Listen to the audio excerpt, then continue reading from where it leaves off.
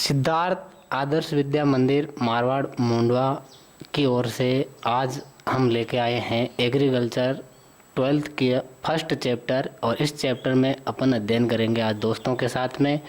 यानी वर्तमान समय में जो 12th की क्लासें मिस हो रही है उन सभी को देखते हुए स्कूल प्रशासन की ओर से ये निर्णय लिया गया है कि बच्चों की ऑनलाइन क्लासें यूट्यूब चैनल के माध्यम से चलती रहे सुचारू रूप से। तो मैं धन्यवाद करना चाहूँगा स्कूल प्रशासन का, उन्होंने इस अभूतपूर्व पहल की योजना तैयार की।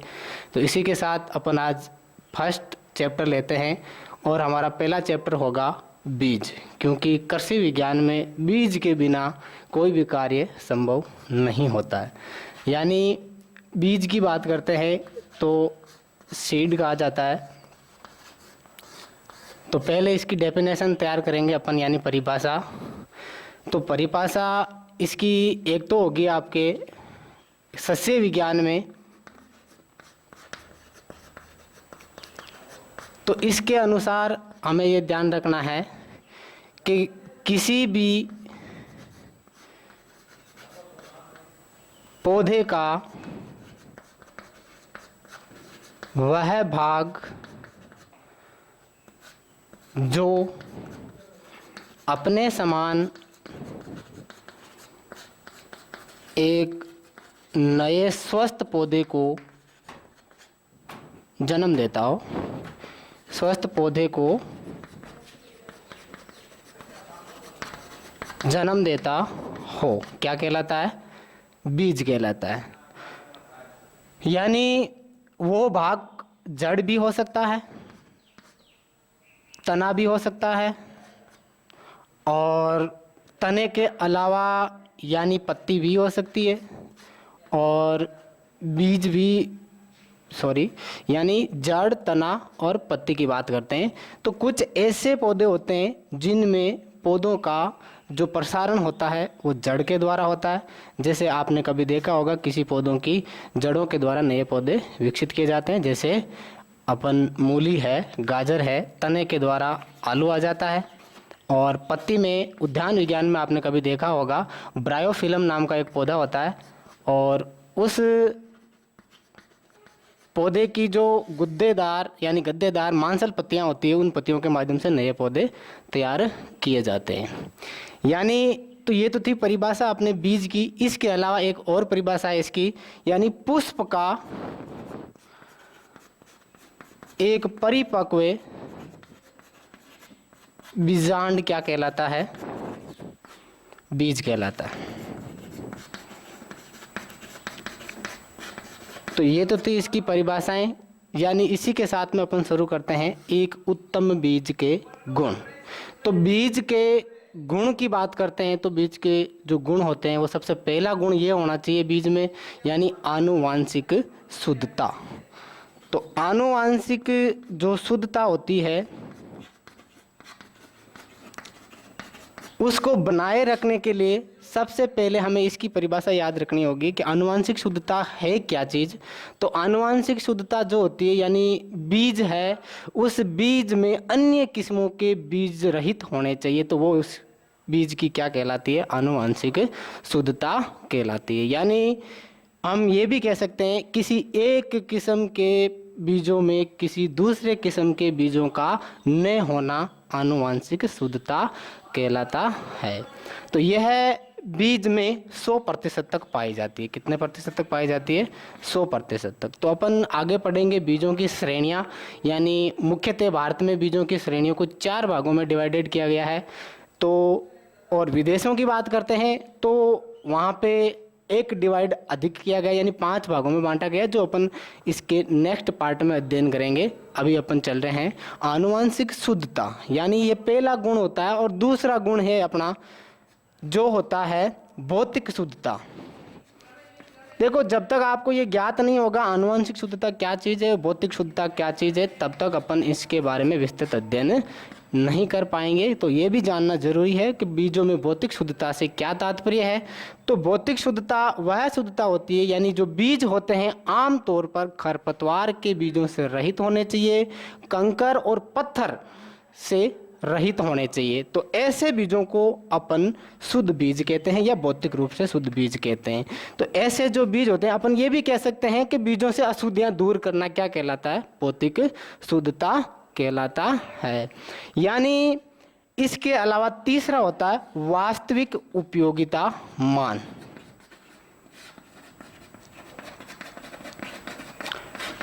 यानी रियल वैल्यू कहा जाता है। इसे क्या कहा जाता है? Real value. वास्तविक उपयोगिता मान यानी एक अच्छे बीज का या उत्तम बीज का यह गुण होता है कि उसमें 75% से अधिक क्या होनी चाहिए? वास्तविक उपयोगिता मान होना चाहिए। यानी किसी भी पौधे में आनुवंशिक शुद्धता 100% और भौतिक शुद्धता भी 100% होनी चाहिए, और उस बीज का रियल वैल्यू या अपन वास्तविक उपयोगिता मान भी कह सकते हैं। तो ये वास्तविक जो उपयोगिता मान है वो 75% से क्या होना चाहिए? अधिक होना चाहिए। और इसका चौथा महत्वपूर्ण गुण ये होता है बीज ओज कह सकते हैं अपन। क्या कह सकते हैं? बीज ओज। यहां ओज से तात्पर्य है यानी बीज सुडौल होने चाहिए, गोलाकार आकृति के होने चाहिए, पूरे भरे हुए होने चाहिए या चमकदार होने चाहिए। तो ऐसे बीजों को अपन बीज ओज कहते हैं। और ये जो बीज ओज होती है पुराने बीजों में कम होती है और नए बीजों में अधिक देखी जाती है सामान्यतः। तो हमें ये ध्यान रखना है, आमतौर पर अपन जो बीज बुआई में काम में लेते हैं उन बीजों को बीज ओज का होना जरूरी होता है। तो अपन यहाँ पे बात कर रहे थे, ये 4 पॉइंट थे अपने। पहला आनुवंशिक शुद्धता, भौतिक शुद्धता, वास्तविक उपयोगिता मान और बीज ओज। ठीक है। अब देखो, किसी भी बीज के अंकुरण के लिए हमें ध्यान रखना चाहिए उसमें कितने प्रतिशत नमी होनी चाहिए। यानी 40 से 60% तक नमी होती है तभी वो बीज क्या हो पाता है? अंकुरित हो पाता है। यानी अपन ये भी कह सकते हैं कि जब तक बीज को 40 से 60% के बीच में नमी नहीं प्राप्त होगी तब तक वो अंकुरण के योग्य तैयार नहीं हो पाएगा। यानी 40% से कम नमी है तो भी बीज का अंकुरण नहीं होगा, और 60% से अधिक नमी है तो बीज का अंकुरण हो तो पाएगा लेकिन संपूर्ण रूप से सही तरीके से नहीं हो पाएगा। तो यहाँ अपन आनुवंशिक शुद्धता की बात कर रहे थे, तो इसका एक फॉर्मूला होता है। यानी वो आनुवंशिक शुद्धता कैसे ज्ञात करनी है, और एक होता है अंकुरण प्रतिशत। अंकुरण प्रतिशत यानी हमने जितने बीजों की बुआई की है उन बीजों में से कितने बीजों का अंकुरण हुआ है। तो यह ज्ञात करने के लिए हमें फॉर्मूला ध्यान रखना है। यानी अंकुरित बीजों की संख्या बटा कुल बोए गए बीजों की संख्या इनटू 100। इस फॉर्मूले के द्वारा अपन क्या ज्ञात कर सकते हैं? किसी भी बीज का अंकुरण प्रतिशत आसानी से ज्ञात कर सकते हैं। यानी हमने कुल बीज कितने मात्रा में लिए थे और उनमें से कितने बीजों का अंकुरण हुआ है और उनको गुणा करना है 100 से, तो अपन अंकुरण प्रतिशत आसानी से ज्ञात कर सकते हैं। तो ये तो था एक उत्तम बीज के गुण। अब अपन नेक्स्ट लेते हैं यानी बीजों की श्रेणियां। तो सबसे पहले यहाँ अपन बात करते हैं बीजों की कितनी श्रेणियां होती है, या अपन कह सकते हैं कि बीजों को कुल कितने भागों में डिवाइड किया गया है। तो सबसे पहले बीज की पहली श्रेणी होती है मूल केंद्रक बीज। मूल केंद्रक बीज। देखो, मूल केंद्रक जो बीज होता है उसकी जो क्वांटिटी होती है वो होती है किलोग्राम में। किस में होती है? किलोग्राम। यानी यह बीज सीमित मात्रा में या सीमित क्षेत्र में बोया जाता है। तो अपन ऐसा भी कह सकते हैं मूल केंद्रक बीज एक बीज की प्रथम क्या होती है? श्रेणी होती है। यानी इसका या इस बीज का उत्पादन प्रजनक के द्वारा किया जाता है। किसके द्वारा किया जाता है? प्रजनक।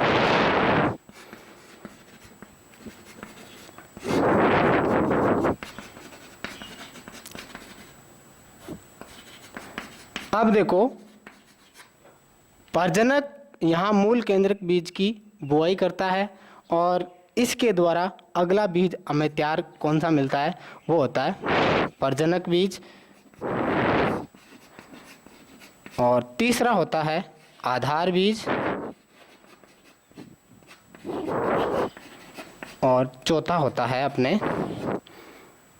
प्रमाणित बीज।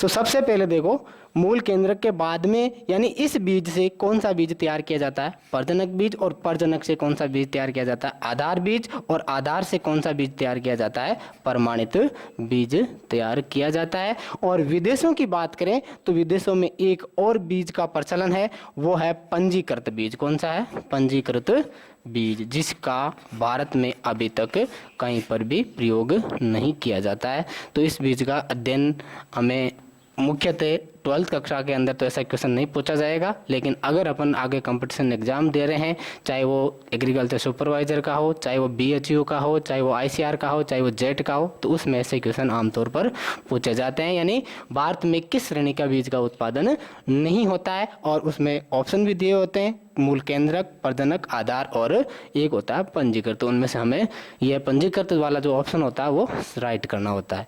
इसके अलावा एक क्वेश्चन और भी बनता है यहाँ पर, यानी भारतीय किसानों को बुआई के लिए आमतौर पर कौन सा बीज सरकार द्वारा प्रदान किया जाता है, तो वो है अपने प्रमाणित बीज। कौन सा बीज है यहाँ पर, प्रमाणित बीज, या अपन कह सकते हैं सर्टिफाइड बीज। यानी यह बीज ही आमतौर पर किसानों को बुआई के लिए दिया जाता है। तो अब देखो दूसरी बात करते हैं अपन यहाँ पे प्रजनक, यानी इस दोनों के साथ में अध्ययन कर रहे हैं। प्रजनक बीज जो होता है वो किस बीज से तैयार किया जाता है, मूल केंद्रक से तैयार किया जाता है।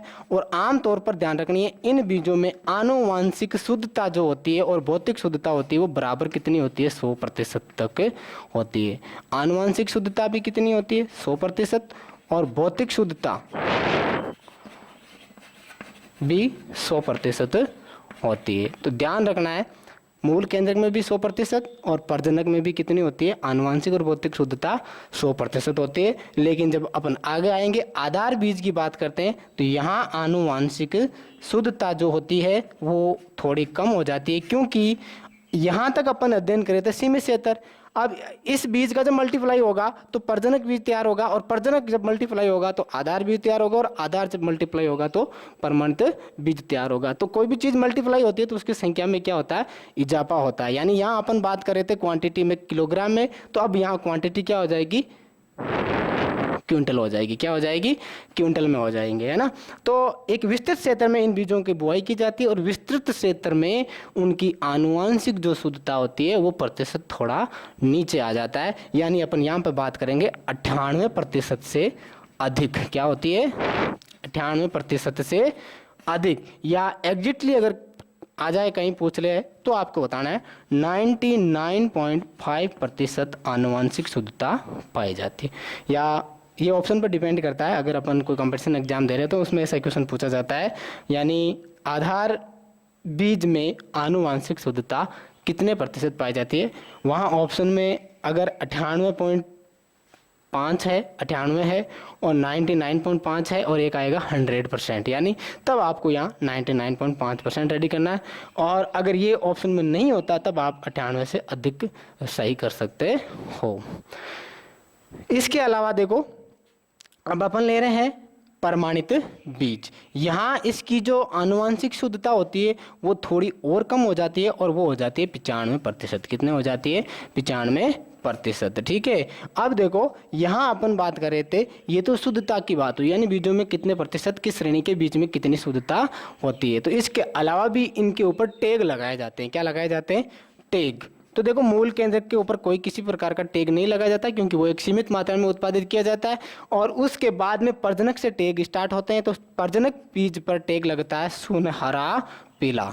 कैसा लगता है, सुनहरा पीला रंग। इसके बाद में जो प्रजनक बीज है, आधार बीज पर टैग लगता है सफ़ेद रंग का। कैसा लगता है, सफ़ेद रंग का। और अपने प्रमाणित बीज पर जो टैग लगता है वो लगता है नीला रंग। कैसा लगता है भाई? नीले रंग का टैग लगाया जाता है। यानी आमतौर पर ऐसे क्वेश्चन पूछे जाते हैं, प्रमाणित बीज के थैलियों पर किस प्रकार का टैग लगाया जाता है, या फिर आधार बीज की थैलियों पर किस प्रकार का टैग लगता है, या प्रजनक बीज की थैलियों पर किस प्रकार का टैग लगता है। तो आपको ये तीनों चीज़ें ध्यान रखनी है। यानी प्रजनक की बात करें तो सुनहरा पीले रंग का, और आधार की बात करें तो सफ़ेद, और प्रमाणित की बात करें तो नीले रंग का टैग लगता है। अब देखो इन बीजों का जो उत्पादन है वो कौन सी संस्थाओं के द्वारा किया जाता है, ये भी जानकारी जरूरी है कि कौन सी संस्था किस श्रेणी के बीज का उत्पादन करती है। तो यहाँ पे अपन बात कर रहे हैं, यानी सबसे पहले देखो प्रजनक से पहले अपन ने कौन सा बीज लिया था? मूल केंद्रक। तो मूल केंद्रक जो बीज है उसका उत्पादन स्वयं प्रजनक के द्वारा किया जाता है। किसके द्वारा? स्वयं प्रजनक के द्वारा। उसके बाद में ध्यान रखना है आपको, जो प्रजनक बीज होता है उसका उत्पादन प्रजनक और राजकीय फार्म, या अपन कह सकते हैं राजकीय अनुसंधान फार्म, यानी मूल केंद्रक बीज का जो उत्पादन है वो केवल प्रजनक के द्वारा राजकीय फार्मों पर किया जाता है। और राजकीय फार्मों में कौन कौन सी चीज़ें आती हैं मैं आपको बता देता हूँ। जैसे यूनिवर्सिटीज़ के फार्म, और जो एग्रीकल्चर कृषि विद्यालय है या कृषि कॉलेज हैं उनके फार्म, या कृषि विज्ञान केंद्र हैं, उन फार्मों पर इन बीजों की क्या की जाती है? आमतौर पर उनकी देखरेख में बुआई की जाती है। ठीक है। और फिर आता है आधार बीज। तो आधार बीज जो है वो किसकी देखरेख में तैयार किया जाता है? तो यहाँ तक प्रजनक का काम होता है, और फिर प्रजनक किसको सौंप देता है? राष्ट्रीय बीज निगम, जिसे अपन क्या कहते हैं? NSC, यानी नेशनल सीड कॉरपोरेशन, या अपन कह सकते हैं राष्ट्रीय बीज निगम। तो आपको साथ में ये भी ध्यान होना चाहिए कि जो राष्ट्रीय बीज निगम है उसकी स्थापना कब हुई थी? राष्ट्रीय बीज निगम, इसकी स्थापना दोस्तों हुई थी 1963 में हुई थी, और इसका जो मुख्यालय है वो कहाँ है? दिल्ली में आता है। किस में आता है? दिल्ली। ठीक है। तो यहाँ आधार बीज का जो देखरेख है वो किस संस्था के द्वारा की जाती है? NSC, या अपन कह सकते हैं राष्ट्रीय बीज निगम। इसके अलावा राजकीय फार्मों, राष्ट्रीय बीज निगम की देखरेख में कहाँ होता है? राजकीय फार्मों पर। ठीक है। और अब देखो अंत में प्रमाणित जो बीज है यानी NSC जो होती है वो किसको सौंप देती है? RSC को सौंप देती है, या अपन कह सकते हैं राजस्थान राज्य बीज निगम, RSSC, राजस्थान राज्य बीज निगम। इसके अलावा एक और बात जुड़ जाएगी यहाँ पर, राजकीय फार्म है ही, राजस्थान राज्य बीज निगम है, और प्रगतिशील जो किसान होते हैं, प्रगतिशील जो किसान होते हैं उन किसानों की देख रेख में भी यह बीज तैयार किया जाता है। इस बात का विशेष ध्यान रखना है। यहाँ पर पूछा जाता है, आमतौर पर ऐसे क्वेश्चन बनते हैं, मूल केंद्रक बीज किसकी देखरेख में तैयार किया जाता है? तो प्रजनक, और उसके बाद में प्रजनक बीज किसकी देखरेख में होता है? तो प्रजनक प्लस राजकीय अनुसंधान फार्मों पर, या अपन कह सकते हैं जैसे मैंने आपको बताया था राजकीय जो फार्म है उनमें कौन कौन से फार्म आते हैं। सबसे पहले यूनिवर्सिटीज विश्वविद्यालय फार्म होते हैं, उन पर इन बीजों की बुआई की जा सकती है, और इसके अलावा कृषि विज्ञान केंद्रों पर की जा सकती है, और कृषि कॉलेजों के जो फार्म होते हैं उन फार्मों पर इन बीजों की क्या की जाती है? देख रेख में बुआई की जाती है। अब देखो आधार बीज है वो राष्ट्रीय बीज निगम को सौंपा जाता है, उसकी देखरेख में किया जाता है, और अंत में आता है प्रमाणित बीज। यह बीज जो है वो राजस्थान या अपन सभी स्टेट, यहाँ राजस्थान है, अपन राजस्थान में तो राजस्थान की बात कर रहे हैं, सभी स्टेट गवर्नमेंट होती है वहाँ पर एक बना हुआ होता है निगम, जहाँ राज्य बीज निगम होता है, उस राज्य बीज निगम को ये कार्य सौंप दिया जाता है या उसकी देखरेख में। और उसके साथ में प्रगतिशील जो किसान होते हैं, यानी ऐसे किसान जो किसान वर्तमान समय में अच्छी फार्मिंग कर रहे हैं या अच्छी कृषि पद्धति को अपना करके कृषि कार्य संपन्न करते हैं, उन किसानों की देखरेख में भी ये कार्य किया जाता है।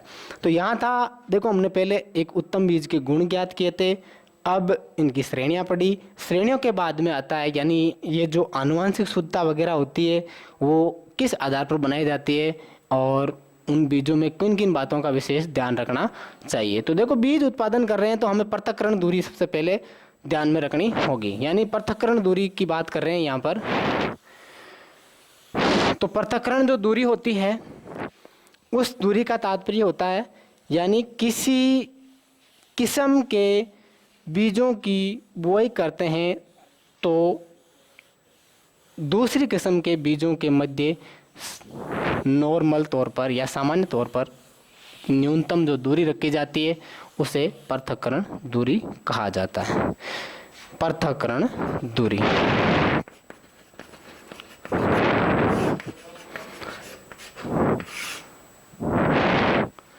यानी किसी किस्म के बीजों के साथ अन्य फसलों के बीजों के साथ दूरी जो होती है या दूरी बनाए रखते हैं उसे पृथक्करण दूरी कहा जाता है।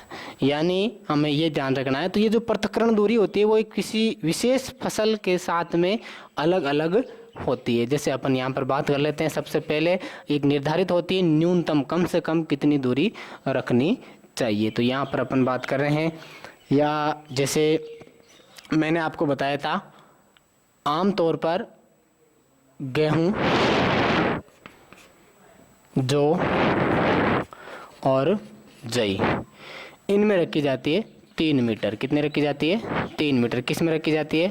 आधार बीज और प्रमाणित बीज के मध्य। किसके मध्य? आधार बीज और प्रमाणित बीज के मध्य। दोनों के मध्य कितनी दूरी रखी जाती है? 3 मीटर रखी जाती है। अब देखो, गेहूं के बाद में अपन लेते हैं संकुल मक्का। किसकी बात कर रहे हैं? संकुल मक्का। तो संकुल मक्का में ये आधार बीज में दूरी रखी जाती है 400 मीटर और प्रमाणित बीज में रखी जाती है ठीक इसकी आधी, यानी 200 मीटर रखी जाती है। ठीक है। और एक संकुल और एक होती है संकर मक्का। कितनी होती है? संकर मक्का। तो संकर मक्का में ये दूरी 400 मीटर आधार बीज में रखते हैं, तो प्रमाणित बीज में 300 मीटर रखी जाती है। जैसे चना होता है तो उस चने में आधार बीज में रखी जाती है 10 मीटर और प्रमाणित बीज में मात्र 5 मीटर रखी जाती है। ठीक है। तो ये तो थी अपनी पृथक्करण दूरी। ये पृथक्करण दूरी एक निश्चित होती है, यानी इतनी दूरी से पहले अगर कोई भी फसल के बीज हैं तो वो पृथक्करण दूरी नहीं मानी जाएगी। यानी सही बीजों का उत्पादन करने के लिए हमें इतनी जो निर्धारित फसल पर पृथक्करण दूरी होती है उस दूरी को रखना अनिवार्य होता है। तो अब देखो, मैंने आपको बताया था इससे पहले वाले पॉइंट में, यानी आनुवांशिक शुद्धता को बनाए रखने के लिए आपने देखा होगा जो अंकुरण प्रतिशत था, यानी बीजों का अंकुरण प्रतिशत, वो भी कुछ फसलों का जो न्यूनतम अंकुरण प्रतिशत होता है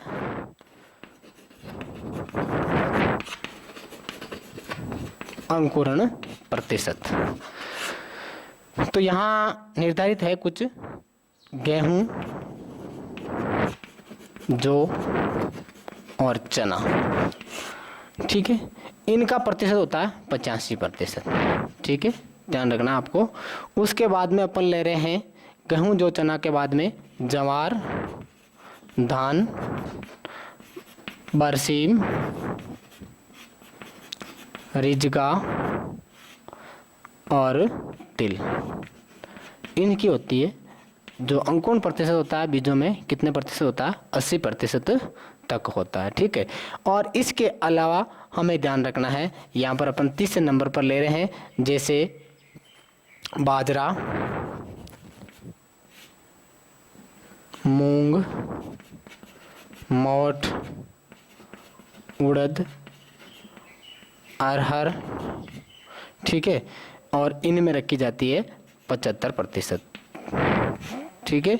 और इसके अलावा मूंगफली, सोयाबीन, सूरजमुखी और गंवार, इनमें रखी जाती है, आपको ध्यान रखना है, 70%, ठीक है। और कपास, इसमें होती है 65%। यानी ये था अपना अंकुरण प्रतिशत। तो ज्वार, धान, बरसीम, रिजगा, इसमें आपको ये क्रम ध्यान रखना है। सबसे पहले तो ऊपर से नीचे की ओर आ रहे हैं अपन। गेहूं, जौ, चना बड़े बीज हैं, तो इन बीजों में 85% अंकुरण प्रतिशत पाया जाता है। मेरे कहने का तात्पर्य यह है, यहाँ पर अपन 1000 बीजों को बोएंगे या फिर 100 बीजों की बुआई करेंगे, तब उनमें से कितने बीजों का अंकुरण होता है, तो वही क्या होता है, उन बीजों का न्यूनतम अंकुरण प्रतिशत होता है। तो ये जो अंकुरण प्रतिशत होता है वो बीज के गुण पर निर्भर करता है। यानी बीज एक अच्छा, सुडौल, गोलाकार, चमकदार, समान भार का है, तो वह बीज, कहने का मतलब, अधिक प्रतिशत तक हमें अंकुरण प्रतिशत दे सकता है। और बीज अगर समान गुण, समान भार, समान चमकदार नहीं है, कटे फटे हैं, हल्के हैं और समान वजन में भी बराबर नहीं है, तो उनमें यह अंकुरण प्रतिशत नहीं पाया जाएगा। तो अंकुरण प्रतिशत याद करने की कुछ विधियां होती है, जो विस्तृत विधियां आपके यहाँ पर नहीं है, लेकिन अपन उसका आगे के चैप्टर में अध्ययन करेंगे अगर कहीं मौका मिला तो। यानी सबसे पहले अपन बात करते हैं, जैसे बालू मिट्टी में अपन कुछ बीजों को बुआई करके अंकुरण प्रतिशत ज्ञात कर सकते हैं। गिले तौलिए विधि के दौरान भी अपन कुछ बीजों का अंकुरण प्रतिशत ज्ञात कर सकते हैं। तो ये इन विधियों का अपन अध्ययन आगे करेंगे। इसके अलावा देखो, ज्वार, धान, बरसीम, रिजगा और तिल। यहाँ पर धान है, संपूर्ण अनाज वाली फसलों को सामान्यतः स्थानीय भाषा में भी कभी कभी बोला जाता है, लेकिन धान, ध्यान रखना है, जो छिलका सहित होता है उसको धान कहा जाता है, और जो छिलका रहित चावल होता है उसको अपन आमतौर पर घरेलू उपयोग में लाते हैं, तो वो चावल हो गया। तो यहाँ पर बुआई के लिए अपन धान ही काम में लेते हैं, यानी जिस पर छिलका होता है वही काम में लेना आपको। बरसीम एक चारे वाली फसल है, रिजगा एक चारे वाली फसल है, और एक तिल जो है आपको सबको पता है तिलहनी फसल है। तो इनके बीजों का न्यूनतम अंकुरण प्रतिशत होता है 80%। अब देखो, बाजरा एक खाद्यान्न वाली है। इसके अलावा मूंग, मोठ, उड़द और अरहर, ये चारों ही दलहनी फसलें हैं। तो इनमें जो अंकुरण प्रतिशत होता है वो कितना होता है, 75% होता है। ये कम से कम बता रहा हूँ मैं, न्यूनतम, इससे अधिक होना चाहिए। मेरे कहने का तात्पर्य क्या है, इससे कम अगर किसी भी बीज में अंकुरण प्रतिशत हो रहा है तो वो बीज के एक उत्तम गुणों के अनुरूप नहीं आएगा। इससे अधिक हो रहा है तब तक ठीक है। यानी इसके अलावा देखो, मूंगफली तिलहनी है, सोयाबीन तिलहनी है, सूरजमुखी तिलहनी है और गंवार, तो इनमें पाया जाता है 70%। और ये क्वेश्चन बार बार पूछा जाता है कंपटीशन एग्जाम में, ऐसी कौन सी फसल है जिसमें न्यूनतम अंकुरण प्रतिशत फिक्स होता है 65%। कितना प्रतिशत होता है, 65%, और वो होता है कपास में। मतलब आपको ध्यान रखना है, कपास में सबसे कम अंकुरण प्रतिशत पाया जाता है, यानी ज़्यादा अगर बीजों की बुआई करते तो उनमें से कम बीजों का ही क्या होता है, अंकुरण होता है। तो ये तो था अपने का न्यूनतम अंकुरण प्रतिशत। अब देखो, अंकुरण प्रतिशत किसी विशेष परिस्थितियों के कारण भी क्या हो जाता है, स्थगित हो जाता है, यानी परिवर्तन हो जाता है। कुछ भौतिक कारक होते हैं, कुछ कायिकीय कारक होते हैं। तो भौतिक कारकों में अपन अध्ययन करेंगे सबसे पहले, जैसे आपने देखा होगा खुरचना।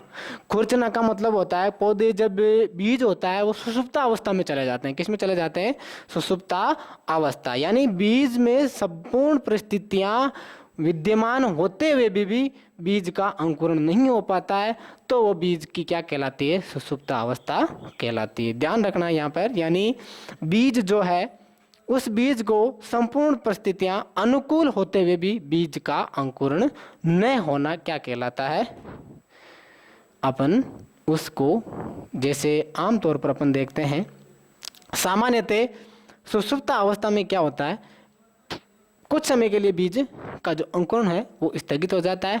और खुरचना का मतलब होता है कठोर परत पाई जाती है, किस पर, मृदा पर। तो कठोर जो परत होती है वह, उस परत को अगर अपन किसी यंत्र के माध्यम से या किसी दूसरे माध्यम से अगर अपन उसको खरोच देते हैं या खुरच देते हैं, तो उस बीजों का क्या हो जाता है, अंकुरण हो जाता है। इसके अलावा ये तो था अपना भौतिक कारक, और इसके अलावा कायिक कारकों में भी कुछ कारक ऐसे होते हैं जिनके माध्यम से पौधों में सुषुप्तावस्था आ जाती है। मैंने आपको बताया जैसे जलवायु, तापमान, और ये जलवायु जो तापमान है सही नहीं मिलने के कारण पौधों में अंकुरण है वो क्या हो जाता है, स्थगित हो जाता है। जैसे अपन यहाँ पे बात कर रहे हैं, आपने कभी नाम सुना होगा थायो यूरिया। तो इस यूरिया यानी थायो यूरिया के माध्यम से अपन आलू की क्या करते हैं, सुषुप्त अवस्था तोड़ी जाती है। बार बार ये क्वेश्चन पूछा जाता है, एग्रीकल्चर सुपरवाइजर में भी पूछा गया था, और इससे पहले जो जेट और आईसीआर में भी कई बार क्वेश्चन पूछा गया है। यानी निम्न में से किस फसल के बीजों की सुषुप्त अवस्था थायो यूरिया के द्वारा तोड़ी जाती है, तो आपको ध्यान रखना है उसमें होगा आलू। इसके अलावा कुछ आपको पता होना चाहिए ऐसे अम्ल होते हैं, या अपन कह सकते हैं जैसे जिब्रेलिक है। तो जिब्रेलिक जो अम्ल है, पादप हार्मोन्स होते हैं, ये जिब्रेलिक अम्ल जो होता है, तो इस अम्ल के माध्यम से भी अपन पौधों की सुषुप्त अवस्था को तोड़ा जा सकता है। यानी पौधों में मान लीजिए नई कलिका का पुटान नहीं हो रहा है या बीजों का अंकुरण प्रतिशत नहीं हो रहा है, तो अपन जिब्रेलिक अम्ल का भी प्रयोग कर सकते हैं। तो ये एक आ जाएगा रसायन में, किस में आ जाएगा, रसायन में। ठीक है, भौतिक में ध्यान रखना आपको खुरचना, और उसके बाद में कायिक में थायो यूरिया आ जाएगा, और उसके बाद में रसायन में आ जाएगा आपके कौन सा, जिब्रेलिक अम्ल आ जाएगा। तो यहाँ पे अपन बात कर रहे थे पौधों के जो बीज होते हैं उन बीजों की जो सुषुप्त अवस्था है। तो इसके अलावा भी कुछ ऐसे भाग होते हैं जो बीजों के ऊपर असर डालते हैं। जैसे मैंने आपको बताया था नमी का प्रतिशत। जैसे अपन किसी भी बीज को भंडारित करते हैं तो उसमें एक निश्चित मात्रा में नमी का होना जरूरी होता है, और वह निर्धारित मात्रा में अगर नमी नहीं पाई जाती है तो भंडारित जब बीजों को करते हैं तो उस पर गलत प्रभाव पड़ता है। जैसे कुछ नॉर्मली तौर पर अपन देखते हैं 5% से कम नमी होने पर किसी भी बीज का भंडारण नहीं करना चाहिए। इस बात का विशेष ध्यान रखना आपको। और अगर किसी भी बीज में ज़्यादा नमी है तब भी उसका अपन भंडारण करते हैं तो भी वो हमारे लिए क्या होता है, नुकसानदायी हो सकता है। क्योंकि भंडारण में इन विशेष परिस्थितियों का ध्यान रखना अति आवश्यक होता है, क्योंकि बीज को लंबे समय तक ओज युक्त बनाए रखने के लिए इन परिस्थितियों का विशेष ध्यान रखा जाता है। और ओज का मैंने आपको बताया था, ओज का मतलब होता है बीज दिखने में चमकदार, सुडौल, है ना, नए बीज दिखने होने चाहिए। क्योंकि पुराने बीजों में अंकुरण प्रतिशत वैसे ही कम होता है, क्योंकि उनमें से कुछ बीज ऐसे होते हैं जो पूर्ण अंदर से क्या हो जाता है, खोखला हो जाता है, किसी कीटों की वजह से, कुछ दूसरे कारणों की वजह से। तो आज अपन बीज के बारे में कुछ टॉपिक का अध्ययन कर रहे थे। तो अगर दोस्तों आप लोगों को इस टॉपिक के अंदर किसी भी मेरी गलती का अनुमान है या आपको पता चले कि यहाँ मिस हुआ है कहीं पर, तो आप अगले वीडियो में इस वीडियो के कमेंट बॉक्स में कमेंट करें, और अपन जब नेक्स्ट वीडियो बनाएंगे उस वीडियो में आपके जो भी सॉल्यूशन होगा वो बता दिया जाएगा। धन्यवाद।